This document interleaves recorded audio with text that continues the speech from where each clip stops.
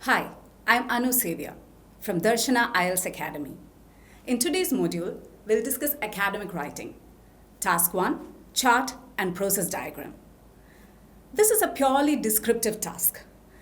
So what you have to do is look at the diagram and write or rather report what you see. You describe or summarize the visualized data, be it a graph, a table, a chart diagram, or a process. When you look at the graph or the chart or the diagram, get an overview and then describe the process or the graph. When you're looking at this diagram, look for general trends, changes, and key features to get an idea about how you will structure the information. They expect a word count of around 150 from you. And on this first task, you should not spend more than 20 minutes. And in that 20 minutes, you should plan, write, and check, all within this 20 minutes. One point to note, you should not be giving your opinion. Remember, this is a purely descriptive task. So what is the purpose of this task? What are they going to assess you on this task?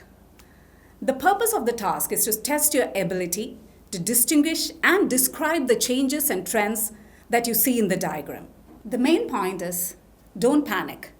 When you look at the diagram, if you feel that there is not enough information to write 150 words, what are you going to do? You should detail out every single feature that is shown in the diagram and use all the data given. But when you look and see that there is too much information, what you will do? What you should see the main trends and describe only them. Focus on the main features that is described and focus on the topic. Look at the question, describe the main features that would give answer to that question. So chart reporting. Let's structure your report. You should structure the report in 3 paragraphs, at least. It can be more, depending on the information you want to report. So the first is introduction. The next, 1 or 2 paragraphs, a general overview. And then point out the specific features and conclude. Once again, the conclusion should not be your opinion. The conclusion should be reporting, a summary of the report. Summarize the information by selecting and reporting only the main features and make comparisons wherever relevant. If they have asked you to compare, you should compare. So introduction. Introduction should be 2 or 3 sentences only. This will be the first paragraph. You should rephrase the question and mention what the graph shows and also mention the period of time mentioned and also the unit. In the next paragraph is the overview. In this paragraph, you should describe the main trends. If there are 1 or 2 features that you want to describe, use 2 paragraphs. And then finally, mention the specific features, describe and summarize the main features, and conclude your report.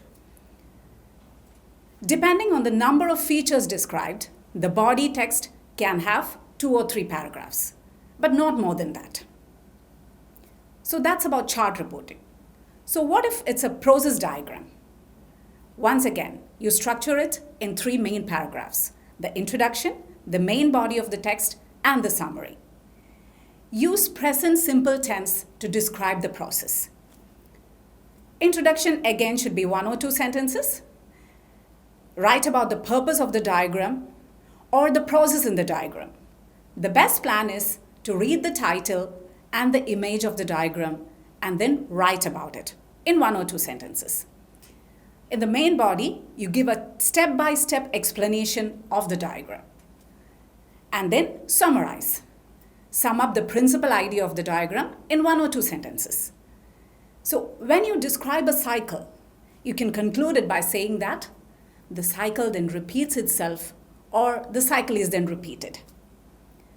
Describe the key processes in a logical order. Make comparisons wherever appropriate. Use suitable words and phrases to structure and link the processes very clearly. Vary your vocabulary as much as possible. Try not to repeat the same words over and over again. I hope this gives you a clear idea of how to report your chart and your process diagram or your table. And that's about task 1.